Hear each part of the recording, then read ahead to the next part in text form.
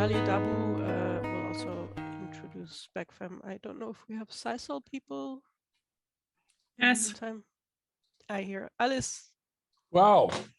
So hi. Yeah, full house. Excellent. Okay. So let's get started and let's start the discussion. Let me share. No, I have already shared the screen. Do you see that? Yes. Yes. Okay. Good. Yes.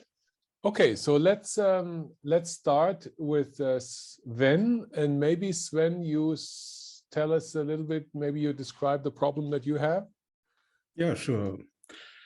Okay, so I don't really know whether this is something that I end up doing or really want to do or not. But the problem I'm having is, for my recent work, I'm essentially looking for as precise as possible Green's functions globally in the microseism frequency band, which I put as, let's say, 5 to 30 seconds or something. What I have been using is like AXISM 3D prem models that are hosted on Syngen. What I would like to have are models, essentially as an end user, are Green's functions databases for as precise an Earth model as possible, where like more wave propagation effects are then accounted for example, in, I don't know, European shelf region or something like this. This is the kind of problem I'm having. I'm not really envisioning doing this myself. I just noticed that this is just not available, I guess, for multiple reasons. And yeah, that's what I put here.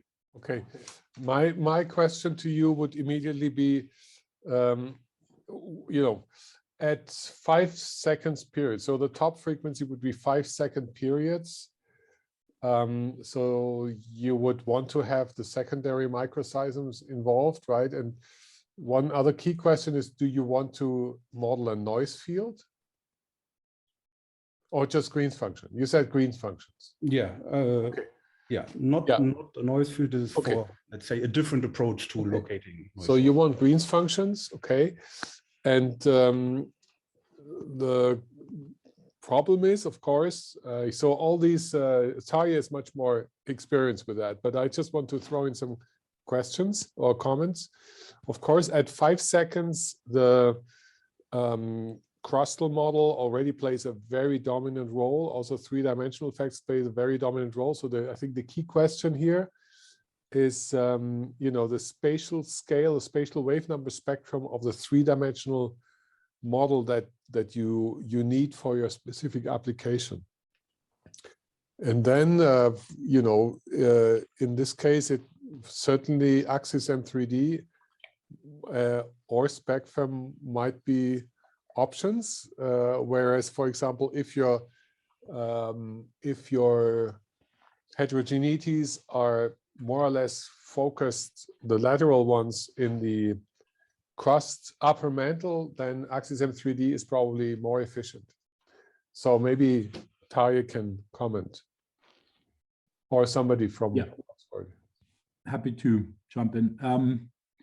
So yeah, I think Heiner sort of summarized the main points. I think we examined this crustal effect as a function of frequency.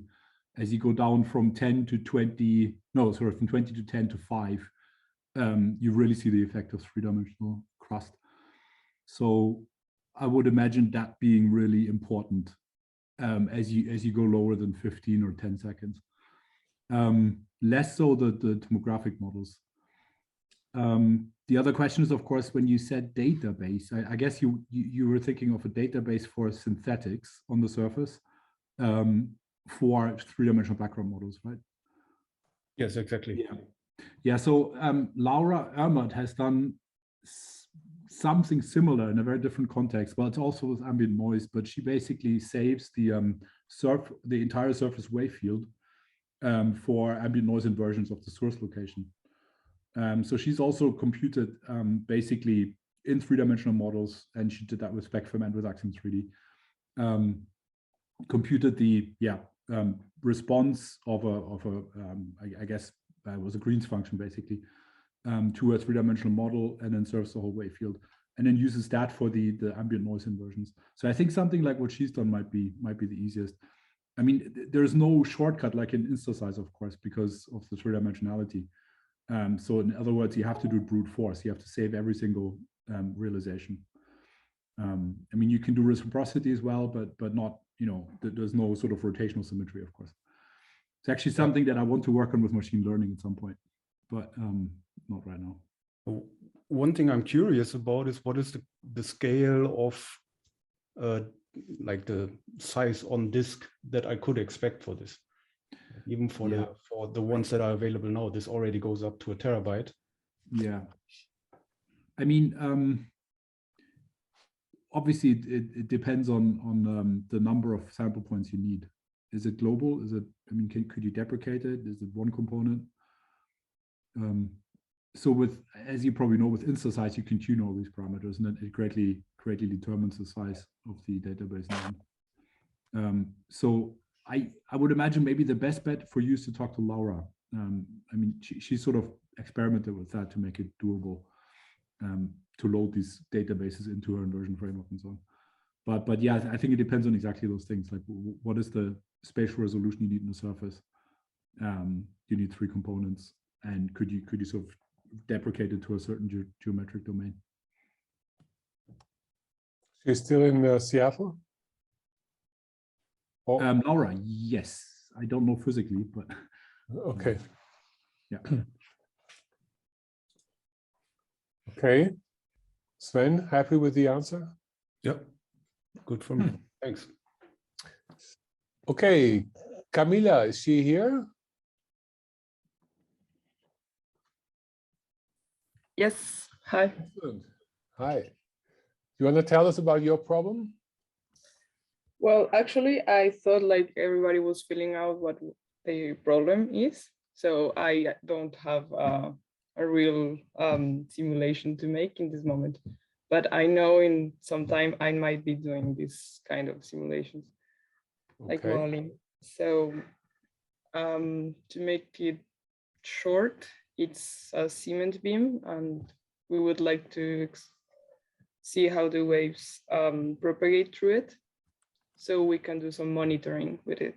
So maybe just not a cement beam, but take it to further structures like a bridge, for example. Mm-hmm. Okay, so we're talking ultrasound, kilohertz. And so another thing we should know is, okay, cement has what kind of velocities? I should know, but 1,000+ meters per second, right? Or 3,000 meters per second. Actually, I'm brand new in the subject, so. Okay. Celine, what do we have in our bridge? I think it depends a bit on the wave type, but the measurements at low frequency, we came up with something like 300 meters per second. So low? That it was extremely low, but yes, Marco, I'm sure, has a lot more experience with this. Yeah, I can say it. Well, it is related also with the health of the cement structure, but in good state, it is like 4,000 and a half. 4,000? Yep.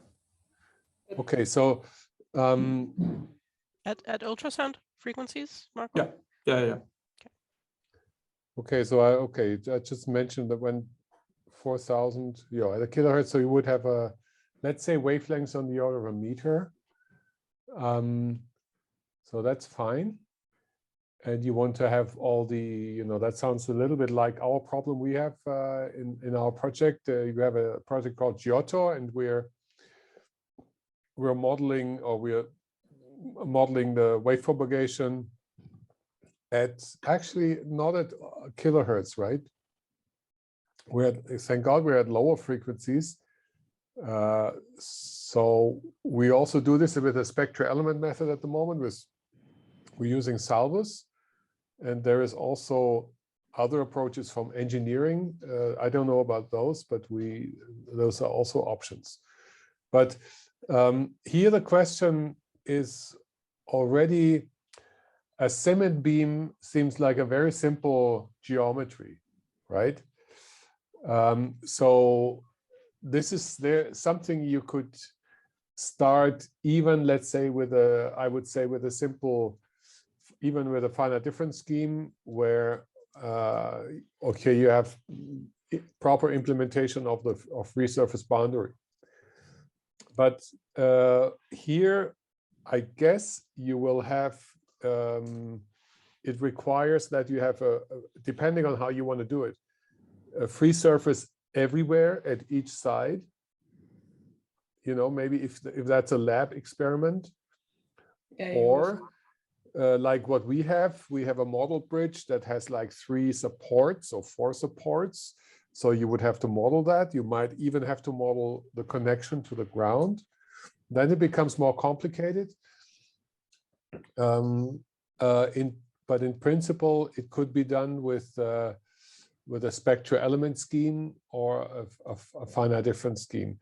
It is, as I understand, you have plane boundaries. So that does not, you know, you could do it with things like Seisol also, where the meshing would be easier. That's an opportunity. There's a bit of an overkill because you are, the simulation will be longer. It will cost more computational resources. And you do not have very complex geometries, probably. That's what I assume. So you could develop these kind of meshes relatively easily with, you know, qubit mesh generators or so that could be read by spectral element solvers. Alice and DeMarco have. Marco, you were first, I think. Marco? Yeah, okay. Yeah, thank you. Oh, yeah. Thank you. Go ahead. What if we want to consider a steel structure inside the cement structure beam? Sorry, I did not get this. What happened if we want to consider a steel structure inside the cement structure? What kind of structure? Like steel reinforcements. Yeah. Steel reinforcements. Okay. Well, that's not a problem.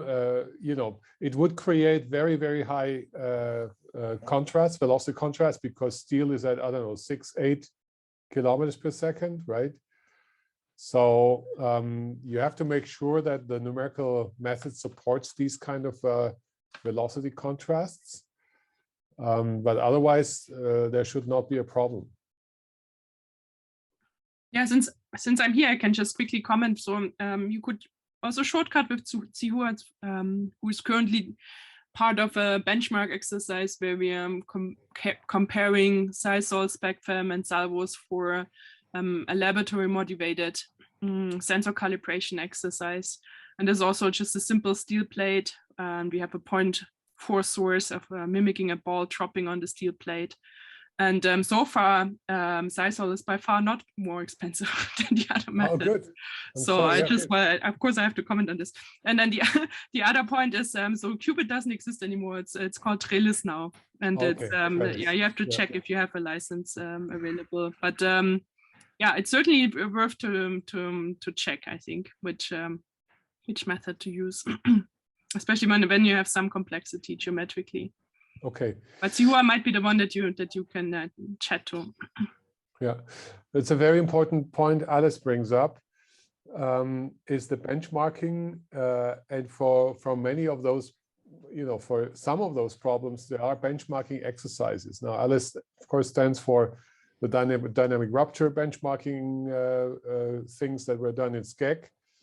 I can maybe later show also another benchmarking website that still exists. It was developed a long time ago, Seismowine by the Mozzo group, but it's very useful. So that's very important. But okay, so here it seems like Seisol with tetrahedral grids is an option. And the advantage, Alice comments, if I'm wrong, the advantage, of course, really is the ease with which you generate tetrahedral grids for simple structures, where of course also for such simple structures with a hexahedral mesh, you also probably do quite well. So if I'm understanding correctly, my choice would depend mostly on the geometry I want to model. Yeah, absolutely. In my case. Okay. Yeah, yeah. And they're very, I mean, if you know, if you go along this direction, you know, developing modeling for structure, I think is no way that you cannot avoid meshing. And that's one of the first, you know, methods, techniques that you should learn. I'm not an expert here. Alice is much more into this. And there's some, I'm sure with Trellis, or there's some easy, simple ways to getting into that, and probably also visualizing meshes with ParaView. Yeah, we do this. I have a question for the other lecturers. Will you include the meshing part in your hands-on stuff? Okay, No. so maybe we should do this in our 90 minutes tomorrow, at least with Gmesh, which is an open source meshing tool. Okay. I put a bit of Trellis in the SpecFam. You have Trellis, okay. Yeah. Yeah, maybe we should put some Gmeshing in there, because that's, you can just, yeah, it's open source and free. I don't know if everybody has access to Trellis in the SPIN group. Yeah. Ah, okay. Okay, but Camila, also to let you know that we're working on such a problem too. We're using Salvus, which is of course a commercial software. But the nice thing is you can use some of the mesh generating. You generate your mesh and you can read it in. I can use Salvus for it. But there are of course other solvers, Sisal or. But at some point we could get in touch and communicate on this problem. We're interested in that too. Okay, thank you so much. I really appreciate it. Okay. Anything else from your side, Camila? No, I'm just starting, so this is pretty Excellent. good. Thank you. So, okay, but you are not in the SPIN project, right? No, I might have a PhD with Ernst. Yeah, so. Oh, okay. So we involve you in the Giotto project. Okay, excellent. So we'll see each other. Okay. Martin. Yeah, that's me. So hi everyone. My name is Martijn. I'm a postdoc at the Université Côte d'Azur in Nice. And I'm currently working on what is called distributed acoustic sensing, or DAS for short. And that makes measurements of strain or strain rates at the surface. And currently I'm working on mostly traffic applications, so monitoring cars and other vehicles on the road, but also trains and trams. And my main motivation for joining this course is to see if I can perhaps model some of those signals, because sometimes we measure something that we just cannot understand where it's coming from. So I work on the very local scale. Sometimes the fiber is within 1 meter from the road. Sometimes you can record a train that is maybe 1 kilometer away, but it's kind of the order of magnitude of distances that I'm working with. And also at that scale, maybe topography is perhaps not relevant. At least I hope so, unless it's perhaps very local. So yeah, I was kind of interested in perhaps trying to simulate something like a car driving over a road and seeing what kind of signals that would generate in terms of strain. Although technically speaking, what we could do is just take the displacements and then take their difference and divide by a distance, which gives you the average strain over some distance, which is essentially what DAS measures. It measures average strain over some distance, like 10 meters. So maybe not necessarily required to have all the components. Well, I mean, my immediate reaction to this, that does not necessarily make sense, because okay, a DAS cable measures the strain usually at at distances of, I don't know, dozens of centimeters of scale, like a meter or so. So you have an average. 10 meters. You have an average of, on that order. So of course, when your mesh size is 10 meters and you measure strain at a 1 meter scale, that it doesn't make sense to do an array derived strain. Your program, whatever program gives you out strain without any problem. So you don't need to do a finite differencing type of strain. However, there might be, that's the big question with dust. There might be a problem with, local heterogeneity or so that may affect your local strain measurement, and that may create a difference to let's say, a simulation that you do with an appropriate physical model. But that's another question. But for flat surface, local scale, also I would say it depends on what kind of heterogeneous models you need. You may even if it's a random medium or a medium where you have a vertical discontinuity, you could use either finite differences or maybe even regular spectral element. There are also some regular spectral element codes lying around also in the Zurich group that you could use. So that's would be my recommendation. A good free surface is probably helping because you're observing near the free surface. You want to observe maybe surface sources like cars, so you will have surface waves, and the key difficulty is a proper description of a car that goes along the surface. We would like maybe to do that too, because we've just tracked cars with our ring laser at a distance of 200 meters or 300 meters away. We didn't simulate it, but we just saw this in the observations. Would be nice to redo that. Would actually also be very interesting to model that, because we don't understand. We see a lot of shear motion, love waves generated from cars, which we don't understand. Anyway, so I don't know what other people think. As maybe a regular grid solver, good surface waves, that means more like a Galerkin method would work well here.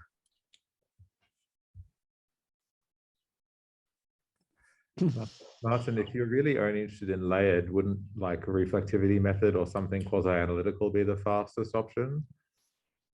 Yeah, I'm not quite sure how to deal with a source at the surface then in that case.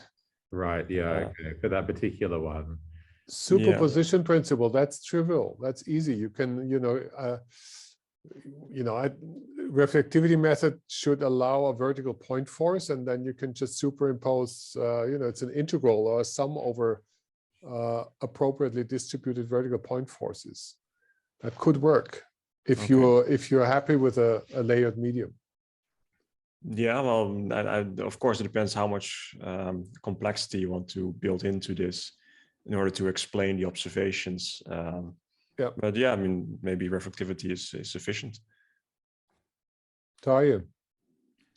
Yeah, I guess. I mean, so two questions. One is my impression with gas is that the coupling is really important, much more so than most other types of instruments and measurement. For the amplitudes, yes. For the phases that you're measuring, I'm not sure. Yeah, but for the waveforms, essentially. Yeah, or at least for the amplitude of the waveform. I'm not sure to what extent it is frequency dependent. Yeah. Well, I guess it depends on the scales at which is coupling and not. But yeah, so that's one thing. So I wonder if it's, I mean, is it a comparative study or you want to look at comparing to data? Yeah, really compare to data and then seeing what does it take to basically explain these observations that we're having that we have trouble explaining. Yeah, I mean, if phase is interesting enough, then sure, that's fine, I guess. The other thing is, it might be interesting to do reciprocity with a line source. Okay. And then just save the surface of the cars, basically. Martin, have you spoken with Brian Kennett about this at all? Nope. Because I know he's been working on theory for including the accurate near field effect on DAS strain in. Oh yeah, that's true. I remember that paper. Yeah. Yeah, you're right. And he's obviously also an expert in the reflectivity method. So if that's useful, then he'd be a good person to talk to about that. Yeah, that's a good point. Yeah, I just want to add, I've seen some pretty good DAS synthetics just generated with like old Fortran ray tracing methods or ray-based methods. So I might have to dig out the reference, but you know, like these old, I don't know, just ray-based synthetic seismogram generators. I forgot the name, but it's so and then the synthetics look pretty good. As in they compare very well with measurements. Yes. Okay. I seen it at HU. I have to look for the post. So it was very simple, right? Just ray-based approximation. So I don't know. I don't know how complicated you want to go. Well, preferably as simple as possible, so they can still understand what I'm doing. But yeah, I mean, if that would work, that would be great. Yeah, that was on the defense session. They were trying to look at what these old cables could detect in certain parts of the world that are more remote. So I send it to you. Okay, thanks.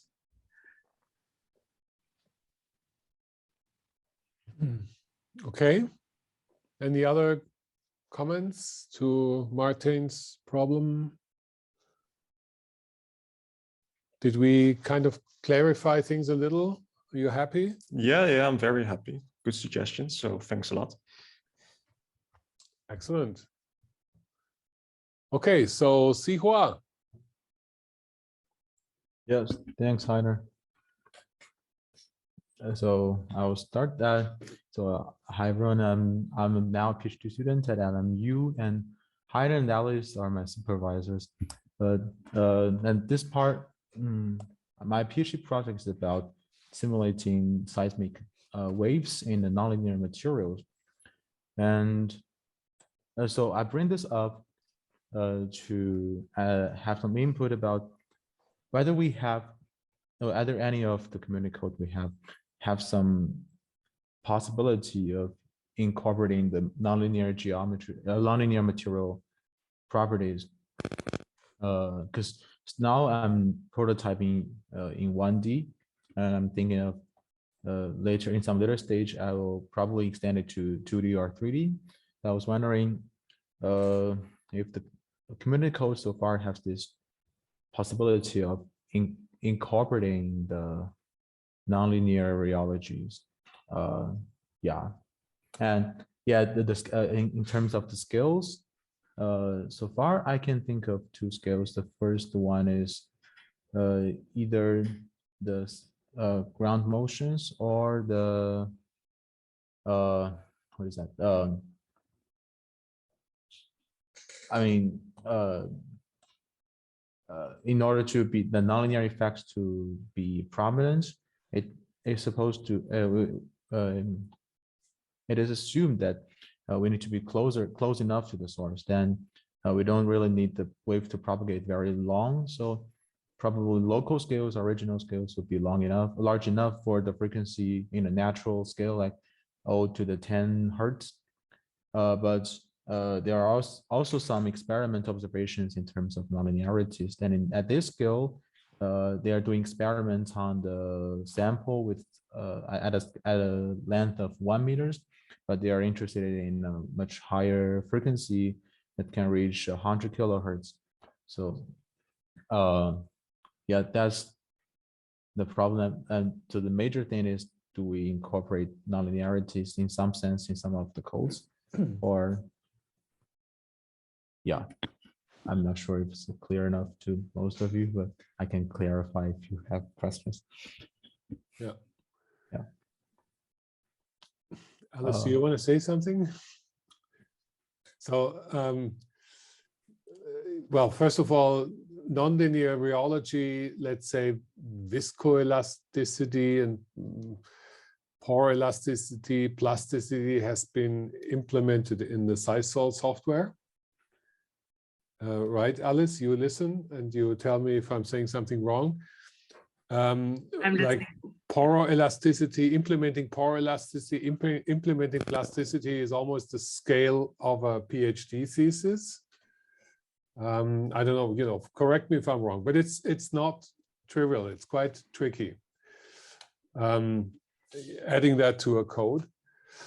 My attitude would be, if we do something like that, take the simplest possible formulation and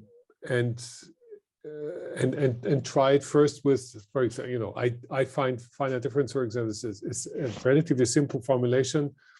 The stress-strain relation is explicitly calculated at some point, and it's, for example, relatively easy to extend from isotropy to anisotropy, and I guess it would also be relatively easy to implement a nonlinear stress-strain relationship in that context. But maybe Alice, you can express your opinion. Spectral elements probably is also not so tricky. About DG, I'm not sure. Alice. Yeah, so maybe the common approach at the moment in the ground motion community, at least when you want to include this nonlinear solve response for on the side of things, you could either include a proxy like a VS30 layer, or you include side correction that is done as a post-processing step. Or, and that was what I thought was more interesting, is this linking to 1D to 3D nonlinear solvers that are done kind of ad hoc, so they're not, it's not really like implemented in the code. And yeah, that is something that was well, what Zio and I discussed were first this approach long ago by Ralph Archuleta. There's this code in Fortran, I think, where there's a finite difference code. It just has a 1D nonlinear side response, and then there's work by Elif Oral that she did in her PhD, which is really interesting, that Zio looks at right now. And there's no need to implement this because these are kind of standalone tools that would then link basically to the fully complex 3D wave propagation problem. To implement that in code, so from in our community, in the earthquake rupture community, the standard is now that we do have this kind of fault zone plasticity. It's a bit of a stretch to call it maybe plasticity if you talk to people that do that for a living, because it's a non-invariant Tucker-Prager formulation that only allows for shear failure, so there's no dilatation, and there's a lot of things that if you're really interested in fully nonlinear plasticity that are not covered, but it's fairly standard in all kind of numeric methods to have that deal with earthquake rupture that have that included, and that's not that is not a big problem. And that implementation could be extended, I think, on any rupture code to have more interesting models of plasticity implemented. So there's a couple of paths in there. Depends a bit which nonlinearity you're most interested in. Things that happen close to the source, things that happen close to sites, nonlinear solve response. Yeah, it's a PhD topic, that's for sure. But I don't think it's as, I don't know, daunting as we think. Yeah, I mean, Sia, you can answer, but I just want to mention, we look for a very specific nonlinearity in the sense that it's something that happens during the passage of seismic waves. So it's not necessarily a near source effect. We're looking for the reduction of elastic parameters due to the damage basically you do in the passage of seismic waves above a certain strain threshold that may be 10 to the -6. And that then has a time history, that will lead to a relaxation process. So it basically means that your wave, your model needs a memory. So that's what we're after. So, and because that's a new type of rheology, the first thing to do in 3D would, you avoid all material complexity. So you can take any let's say a simple regular grid finite difference spectral element or DG solver and first check in a homogeneous half space, but I would still do it numerically, whether, you know, these things work, and then you can look at more complicated models. Yeah. And that's why Siwa is using Phoenix. So maybe you want to talk about this, because that's something we don't cover. What is Phoenix? I don't know about Phoenix. What is Phoenix? It's just a package that had the finite element modules where you can use the element types. I mean, it's a finite element method is a very module. I mean, it has the first define the matches. Then for each element, you have different element types. And depending on the element types, you construct a local stiffness matrix. Then you can just construct the matrix to a global matrix. Then, I mean, Phoenix is the package that has all these modules. You can take advantage of the element types that it has in Phoenix, and then you use these element types to construct your finite element methods modeling, and it can be adapted to different mathematical equations. Like you can have nonlinearities depending on the equations that how you arrange the equations, and you can. It has also the this continuous Glerkin elements where it can account for the boundary discontinuities, and from that you can use some fluxes you can choose your fluxes that you want to use. The library, which is open source and is perfect for prototype. Sounds like magic. It just means you don't have to write your own finite element solver if you want to try something. So. And it's free, right? And yeah. It doesn't. Yeah. The one thing is it doesn't scale well. So if you up to, I don't know, some of you are, but if you're up to breaking computational records, okay. There's another library that's called Firetrack. That's based on Phoenix, but that's a bit better with that. Okay, so it's more for testing out things. Yeah, but we're touching a key question here. Is, you know, do you try to use something that's, you know, community code from other disciplines like Phoenix? There's nothing to do with seismology, or do you take a seismological code that has been developed for, you know, our problems like SpecFM or Rexum or SES3D or whatever? So that's an interesting alternative, Siwa. Yeah.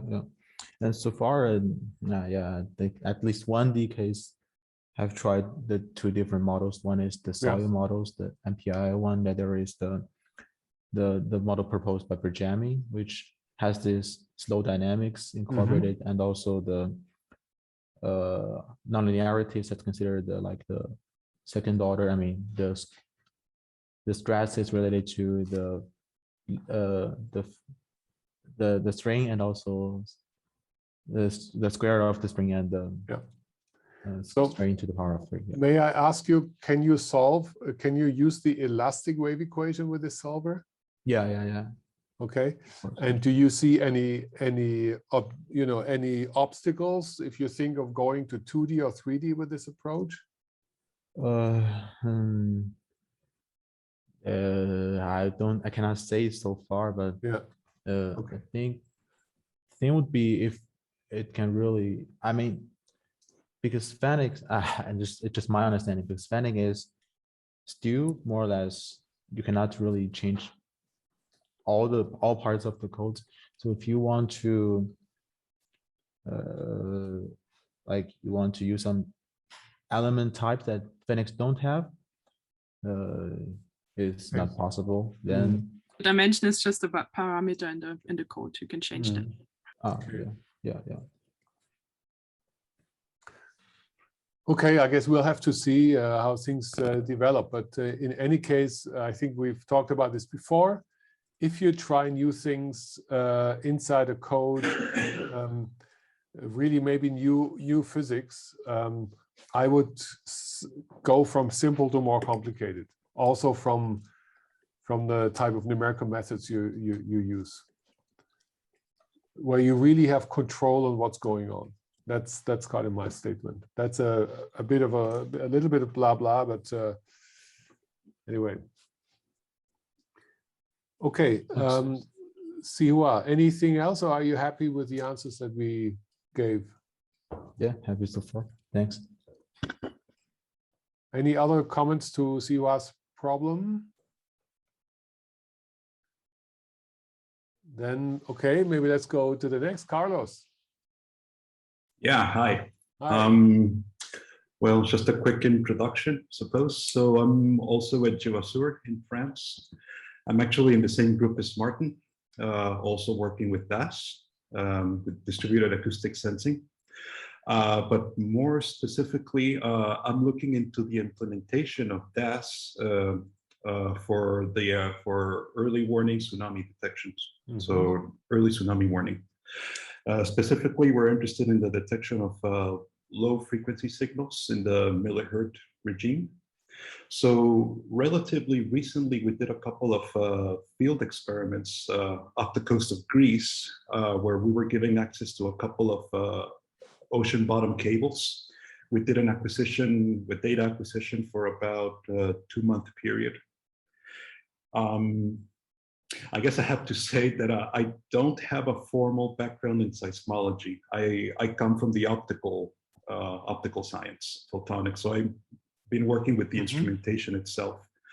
So many of the topics covered here in these series of lectures are fairly new to me, but also very, very relevant, because the next stage of my work calls for modeling of seafloor signals of the seismoacoustic tsunami waves in generic scenarios of, I'm mainly focusing at the moment for earthquake generated tsunamis. Mm-hmm. And I guess that's a very general description of what I'm trying to do at the moment. Very interesting. Yeah, Alice has a lot to say here to this problem. May I? Heiner? Yeah. Okay, yes. Yeah, that's very interesting. We have a couple of models about rupture dynamics, and then first we were interested in linking the outcome of the earthquake models, right? So earthquake displacements and seismic waves to as an input for tsunami models. But we've recently also implemented that in SEISOL to have fully coupled models. So you have one solver that has the earthquake problem, the seismic, the acoustic, and the gravity wave to really study the interaction during tsunami generation, earthquake tsunami interaction. That would be really interesting to talk more about this. I can just put some papers in the chat, but we talk about this more tomorrow in the training. There's one of our training examples covers this too. May I immediately ask a question? I'm sorry, Alice. You say coupling. You say there's a coupling between the tsunami and the seismic waves as well. Is that what I understand from what you're saying? So is there an interaction between your shallow water equation and the solid earth? No. So the common approach at the moment in the tsunami community, or you would commonly have shallow water solvers that do have that either really look at the full, I mean, in the simplest case, they just look at the shallow water equation. And then you have a static displacement based on Okada, where you take a finite source, and this is your static displacement causing the tsunami. But that is not all what's impacting tsunami generation. So there's, of course, near source displacements. There's if you have slow rupture speed, right? Tsunami earthquakes as defined by Kanamori, these are slowly propagating, low energy radiating earthquakes that cause very big tsunamis. So there's more to it than just the static displacement that causes the tsunami. So there's just an interaction just of how earthquake dynamics propagate with tsunami generation. Then there's an interaction of seismic and acoustic waves. That's very interesting for tsunami early warning if you're talking about pressure sensors. Yes. The interaction of seismic waves and tsunami waves is debated, and I say there's none, but there's a couple of people that would argue with me about this one.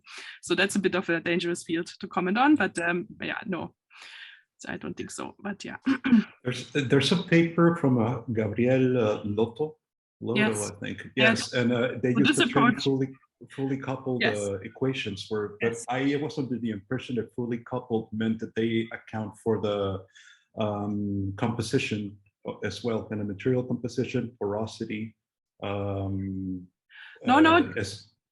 that is a fully coupled approach, but only in 2D. But we have the same method in 3D now. It's the same approach that Gabe used. So the idea is just to have one solver and have all these waves, like seismic, acoustic, and gravity waves.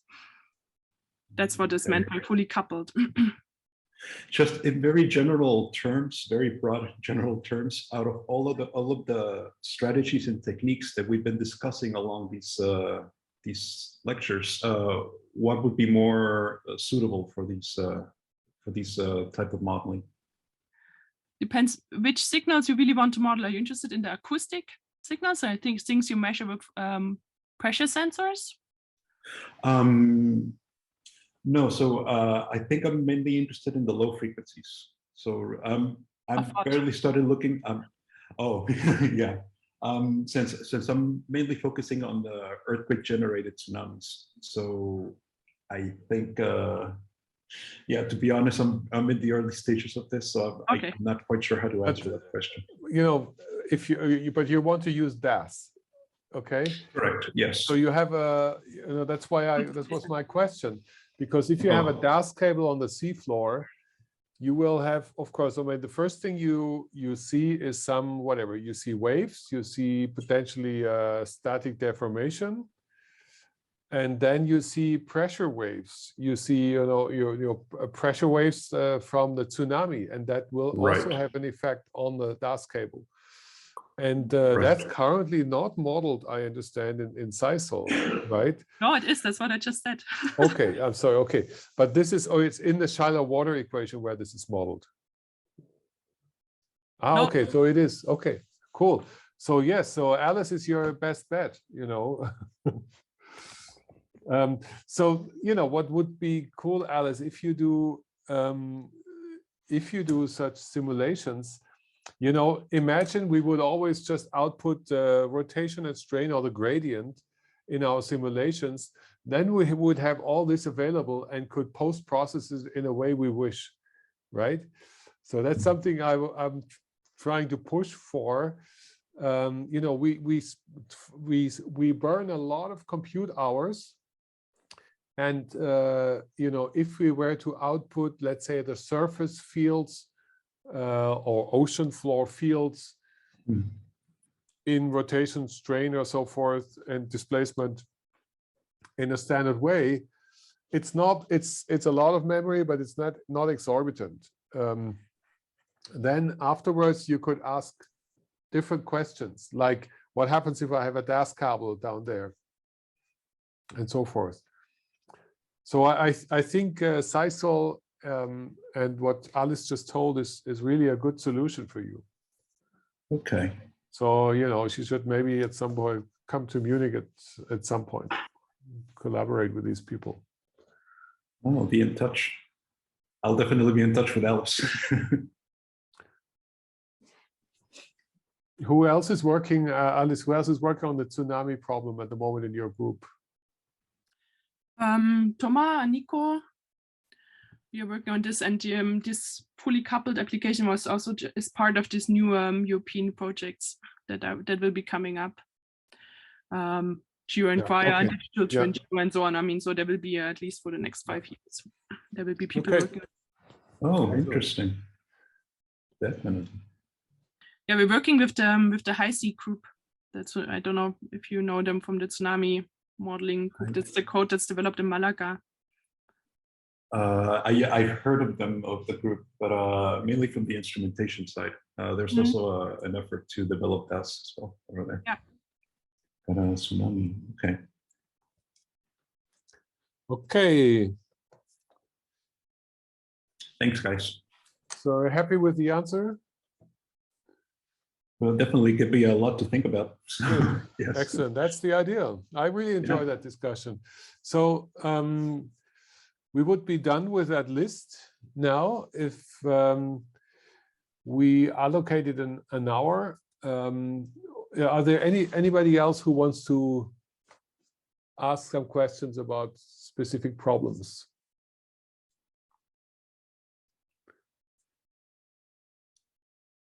That doesn't seem to be the case. In that case, I would say we stick to the time plan, and then we would have 25 minutes now break, right? If I understand correctly. If I can interrupt for a second, Heiner. Celine? Since we have pretty much all the lecturers for the short course here in the room, I think, excuse me, this would be a nice opportunity to do a group photo. Yeah. As far as that's possible on Zoom. So I stopped sharing. Yeah. And if everyone excellent, can yeah, switch that's on a good their idea. cameras, I don't that have. would Oh be yes, nice. I do have my. Okay, Alice, let's get our hair. Your hair's fine, Heiner. My beard. Okay, Sven, are you ready to take the screenshot? All right, then I guess on 3, everybody say You do a cheese and wave. screenshot. That's a good idea. Right. Okay, so 1, 2, 3, yay.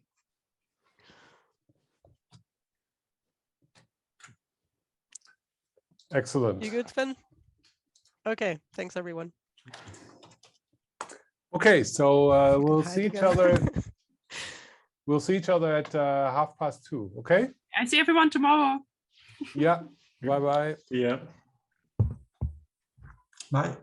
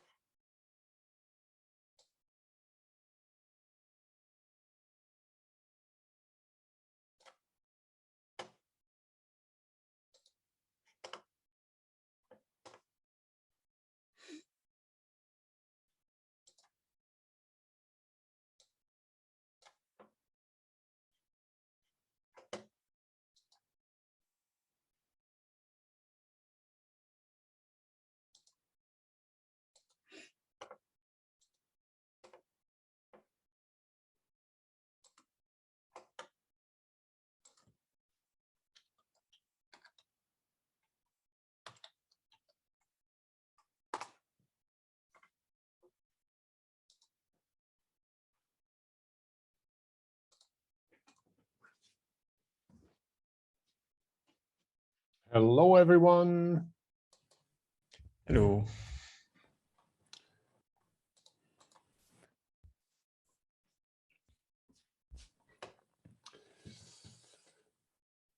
Okay, welcome back. I just realized, yes, we do another discussion for half an hour on community solvers. It would be good if, I don't know, Tarje, if he's here.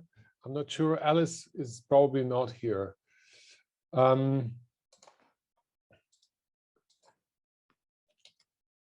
Oops, let me just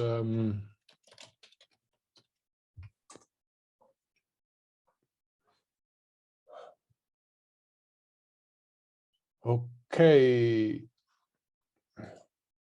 So the idea in the next half hour is to go through a number of community codes that are around, maybe talk a little bit about their domains of application. And we will, of course, we will be trained in 3 specific codes later, so we don't have to focus on those. But I just would give you, or we would like to give you a little bit of contact points where to look for codes, you know, in addition to just Google and ask, you know, wave propagation solver seismology.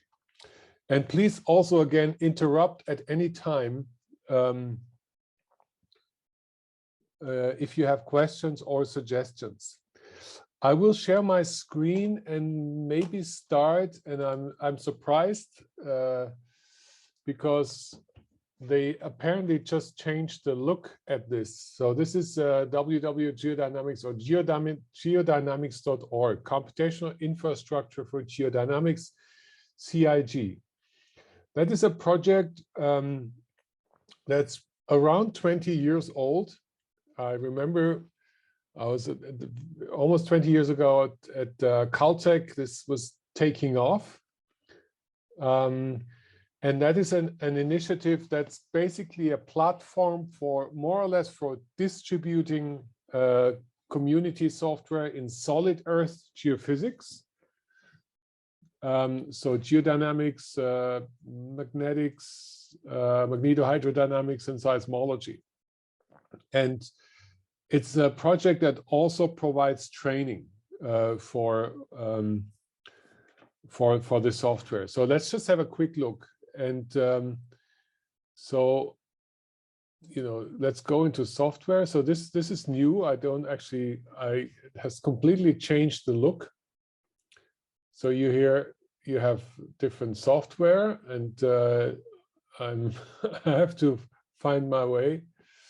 So you search software. Previously, you could actually go directly to the solvers. So the software search page, and it's interesting. It's not working, or I have a potential risk. Accept the risk. Oh, that's interesting. I'm sorry. So there are notebooks. So, that's totally new. So you, let's go to seismology. So it's a totally different filter. Okay, now we're in seismology, and you can see already that we have a list of 15 codes that you have access to. And the first one is AXISM, which is, and that's nice. There is now a description here on the right. You can download it. So there is no server behind it. You would have to really download and deal with it locally on your platform. Now, Tarja or others, if you know things about the other software, like, I don't know, BurnMan, I don't know what that is. That's mineral physics, not so interesting for us. Compute seismic velocities, okay, geothermal composition, that also seems to be more in the direction of deep earth. It's all connected to the BurnMan code here, okay. Now FlexWin is something that's related to waveform inversion. That's very relevant if you do full waveform inversion. That's for finding windows in which you would calculate a misfit for, you know, forward calculated seismograms, and you would use that in a adjoint kind of context to update your velocity models. There's an IRIS short course that's interesting. It's in an IRIS short course on OpSpy. That's something, you know, we would also have in SeismoLive. So Mineos is interesting. Mineos is a normal mode solution. So this is a quasi-analytical solution for radially symmetric Earth models. So here the question is always, what are the frequencies that you can achieve? So you can see here it's a pretty old code, if I understand correctly. So that's by the Scripps group. And let me go back here. So that might be interesting, for example, also for benchmarking. So the early versions of SpecFem 3D Globe were benchmarked, for example, against Mineos. So seismic CPML. Okay, what is this? That's a 490 to 2-dimensional, 3-dimensional isotropic or anisotropic elastic, viscoelastic or poroelastic wave equation using finite difference method with a perfectly matched layer that's absorbing boundaries. Let me have a quick look. Who wrote that? That's from Dimitri. Yeah, so and Dimitri, yes. Yeah. I think he developed that as a playground for absorbing boundaries like the PML and so on. Okay. It's I know some people who use it. It's quite easy to use. So if you want to have a quick sort of 2D find a different solution, I mean, Heiner has different scripts as well, but this one is very easy to use. Yeah, no, it seems also in 3D. Okay, interesting. Let's go back. So then you have all flavors of SpecFam, 1D, 2D, 3D, Cartesian, and we will learn about those.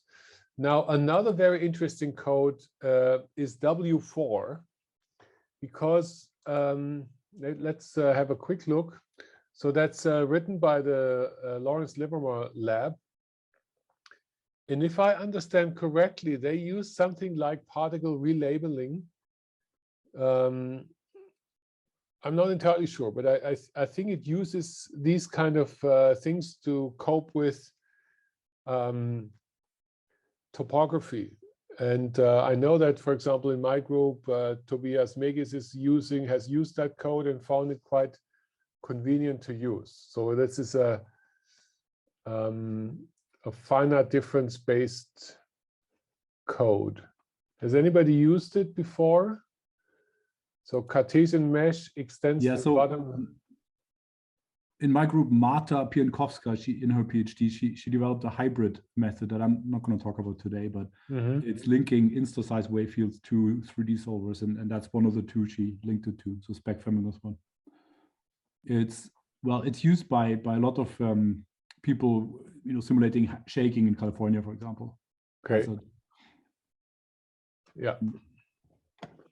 Okay, so that's an interesting code, and then we're already at the end. Tutorial CIG.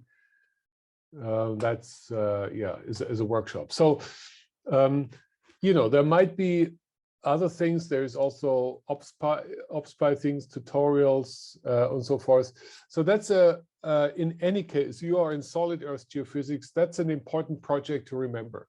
Okay, an important website, and I invite you to check it out. So that's the first thing I wanted to show. Any other comments concerning CIG? This is an NSF, National Science Foundation USA, funded project that has been, they were capable of having sustained support for a long time. That's good. But it's important to note, as we are just having that discussion, the money is not really for the code development. The money is for maintaining the code or distributing the code through this web page and organizing training. Okay. So any questions, comments? If not, then I would share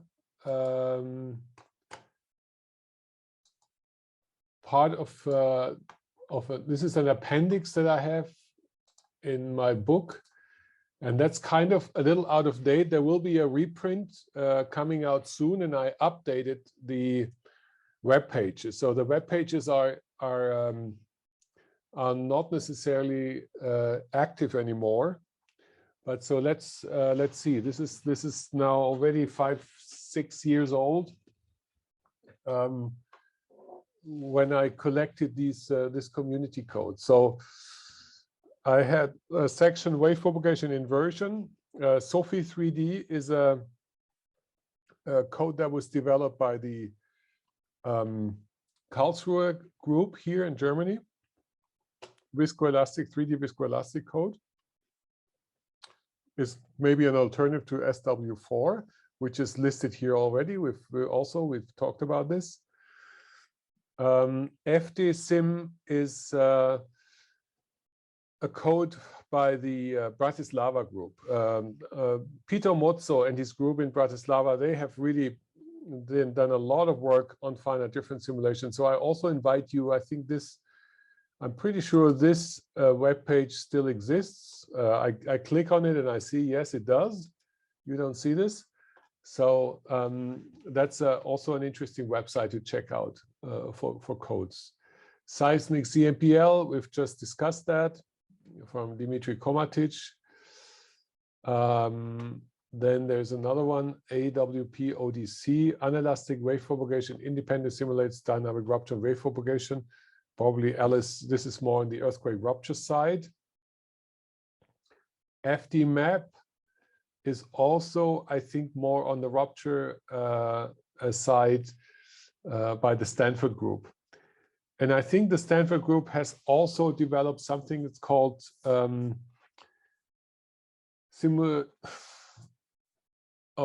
summation by part, SBP. That's a new flavor also of a finite difference type method that is quite interesting. Summation by part, so that you have heard it before, that offers also some interesting properties. Okay, then spectral element methods. I don't have to go through SpecFEM, but SES3D, I'm not sure that exists. I'm just checking. I get an error message here. But SES3D is a code that was developed by Andreas Fichtner, and we also there is also a version SEC. The second S stands for spherical geometry. So this is a spherical section, right? That's actually what also Tarje, you remember you had a paper on a spherical section using finite differences while you were here. So that's the equivalent using spectral elements. These are the regular grid spectral elements in either a, let's say, a spherical shape, let's say around the equator, or in a Cartesian form. These are very nice, efficient, simple, relatively simple codes to play around with. And I'm not sure, but if you're interested, you should just get in touch with Sebastian, or in Zurich, for example, check out whether these codes are still available. AXISM will be taught. Now, RegSem is another interesting, Paul Cupillard is no longer at IPGP. He's in Nancy. I've just been to his habilitation a week ago. And he developed another spectral element code, regional. So that's the similar, very similar as the SES3D. And this code is around, but he told me that it's not, very well maintained because of manpower. But this might change in the future. So that might be another interesting alternative. If we spectral element, yeah. If I'm not mistaken, I guess RegSem is the one that has at least some functionality for homogenization. I think so. Right. Exactly. I think so. I mean, Paul is the one pushing at least the implementation of homogenization. He develops these codes where you actually do the homogenization on the model. So we want to push him also, in our new initiative that, this will come to light. So this should be interesting. Okay, Pablo Ampuero, I'm not sure this still exists here. SEM3D pack not found. So this was active 5-6 years ago. It's no longer active. So we'll have to see. But I have updates of all these web pages in the new edition. Okay, now DG, Sisal, we're going to learn. And actually the Italian group, let me see, speed also cannot be found. This is how the lifetime of these URLs are not very long. But speed is a discontinuous Galerkin method that's, for example, used by one of our previous postdocs here, Marco Stupazzini in the Munich reinsurance company, to simulate, shaking hazard. Next 3D, let me check. I think this is also no longer working. They have they changed their. This still exists. So the Bochum group in Germany, they developed a discontinuous Galerkin method, and they have a new GitHub page where this is distributed. Again, you would have to, if you Google NextD, you'll probably find it. So other useful software, Minios, we've just talked about. Gemini, also this link did not work anymore. It was completely gone, but it was reactivated on my request. Gemini is kind of the reflectivity method for global wave propagation. It's an alternative to AXISM or DSM. So that's another another possibility for spherically symmetric global Earth models. LASIF is a Python-based workflow tool for waveform inversion, developed by Leon Krischer while he was in Munich. Now he's in Zurich. Now he's working for the Salvus Mosaic company. That still exists. ASCII is I don't know what it is, sensitivity analysis, iterative full waveform inversion, sensitivity kernels for 1D and 3D. That's more for people interested in inversion. QSize, I think, is also quite interesting. That's also a code for calculating synthetic seismograms based on layered viscoelastic half-space Earth models. This is Cartesian, and QSSP is the spherical. I'm not sure, Taye, whether you know these codes or you can say something about those, but they're heavily used at GSA. That's what we used to benchmark the spherical FT code in 1999 to 2000. Ah, okay, good. But, so Ronjiang Wang has been the author of these codes, right? He's still around. So I haven't used it since. So I don't know. Yeah. Okay. Then there are some other Seismolife you know already. OpSpy you know as well. We have not made much use of OpSpy. And by the way, Seismolife, you really, I'm really still, how do you say, totally enthusiastic about it.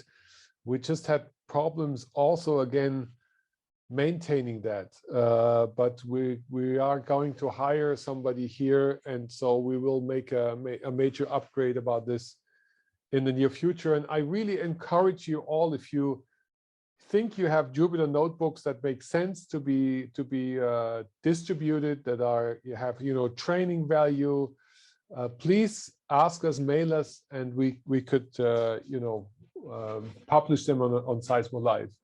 I think we developed Seismolife long before the pandemic, and during the pandemic we got a lot of feedback. Thank God we have that, because it's just so great for online training.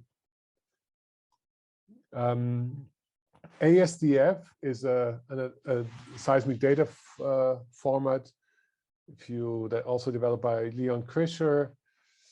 SAC is I'm not sure whether any one of you is using this, is a seismic analysis software, not dissimilar to OpSpy, but not based on Python. So EPOS is a project you should all know. That's called the European Plate Observing System. That's a very large infrastructure project that aims at collecting information about data, unifying access to data on a European scale. Virtual, you can forget. It was a EU project. Sorry, Taye is smiling. It's an EU project that's over, and was a nice idea, but it didn't work very well. IRIS is and I just learned yesterday, IRIS is now called EarthScope. Now, Taye, are you aware of this? Or Celine?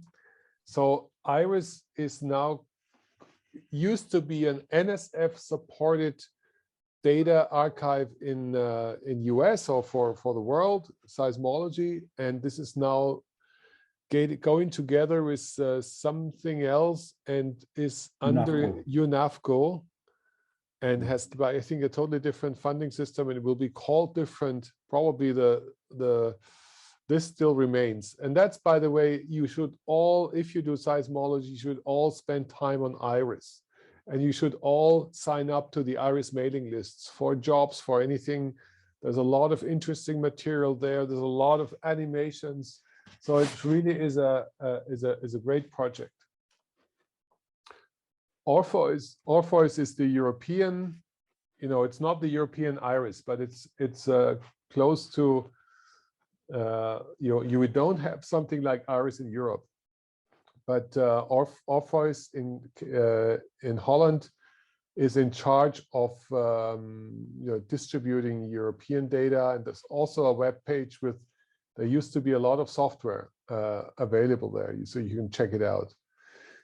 CMT is also, if you work with earthquakes, this is your catalog for earthquake source parameters that you might download in the right format already and combine with, let's say, AXISEM Spectrum SISOL. So that's a very important web page. And InstaSize, Tarja, you can say something about that? Well, we'll hear about it later. Oh. Okay. Things. Good. Now, benchmarking. Seismowine, maybe at the end, I'll show you quickly what this is. These are things, we will publish this once. This is extremely useful and nobody knows about it. So here you have actually analytical solutions or quasi-analytic solutions for wave propagation problems with which you can compare even online. It's a really cool thing, and very few people know about it. It's a pity. And okay, there's a couple new Quake I mentioned before. That's the Bratislavan group. Quest was a previous project. That's all these. Okay, there is still software, but it's kind of out of date. SCEC USGS code verification project is, I mentioned this. Alice is heavily involved in that. SIV, quantifying uncertain earthquake source inversion. And SEAM is one in the exploration domain. Not sure whether that still is active. That link is a program for exploration type verification. Okay, that's basically it. If you're into, I'm not sure whether you made notes. I could also extract these pages and send to you, but maybe I'll wait until we have the update, because many of those links do not work anymore, unfortunately. Any questions?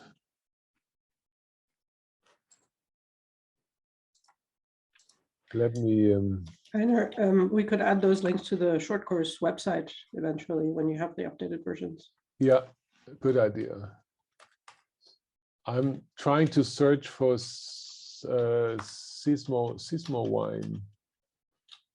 I just want to quickly show you that. Here we go, seismowine.org. Let me share this.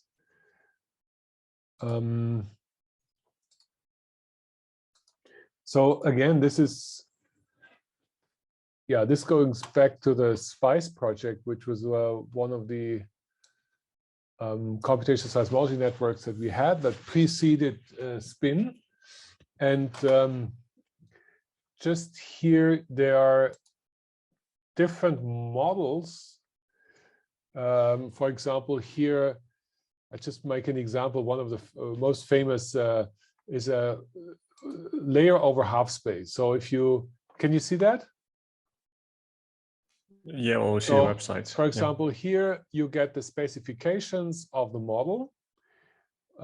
You get a specification of the source, MXY is the moment tensor, and you get the scalar moment. We talked about this, 10 to the 18 Newton meters, the source time function, the geometry of the setup, receiver at the free surface. There might be, okay, so here you get these receivers, and you have even a picture. Excuse me? Yes? We're actually not seeing when you are showing, I think. We're still on the web page. Okay. Yes, that's right. I'm sorry. Let me, thank you. Okay, so this is the PDF that I was clicking on. Now you see this, right? Yes. Okay, so layer over half space. There's the velocity model. This is a layer and a half space. You need a free surface boundary condition. You have the source specification, the time history of the source, and you have the receiver, source receiver setup. Here's a picture, and then you can if you develop a new code, this is fantastic. You download this PDF, you set up this problem, and then you can check whether your code does the right thing. And now I'm going back to the web page. I guess you see this now. And then you, for example, you can go to view compare solution. You could upload, and you see there is a, people have submitted SciSol solutions and some of the codes, and you can say, okay, wave propagation, let's say layer over half space 1, and then you can see here, and you can click on, you have an analytical solution, that's the discrete wave number 1, that's the analytical, and now I'm clicking on all this and I plot it. And then you can check out the receiver 7, and okay, you would have to maybe zoom in and so, but you see this is a, let's see, global, local, what is this?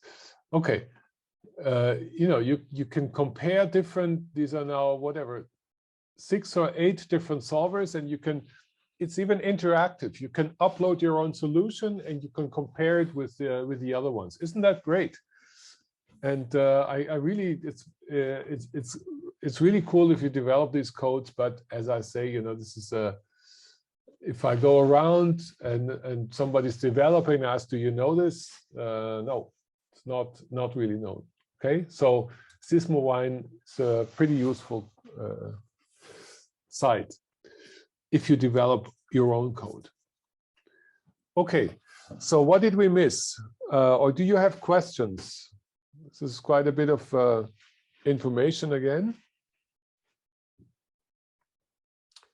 Did I, what other, we didn't show Phoenix, for example, because that's not a community specific code. That's a general finite element solver.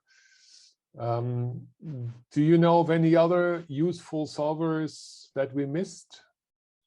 I guess in the Phoenix context, PETSI libraries are at least useful to some people. Now, PETSI is a library that I actually came across at the first CIG meeting 20 years ago. And so PETSI is, I guess it's a C-based library for solution of partial differential equations, also in parallel. And so the Salvus code, the commercial Salvus code, is entirely based on PETSI, if I understand correctly. And I guess Alice is not here, but her husband Dave May has been involved also in PETSI, Tarje, right? Yeah. Yeah, it's a very basic modular type of software, so it's very popular in fluid dynamics and so on, Poisson solvers and all of these. So it's very sort of linear algebra oriented, with descent methods and stuff like that. So it's very powerful, very scalable. Yeah. So if you're interested in that, PETSI, PETHSC.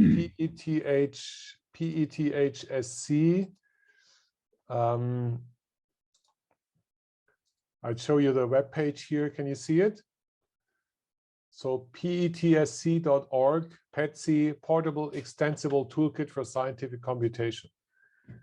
That's interesting for those who want to play around with or develop simulation algorithms.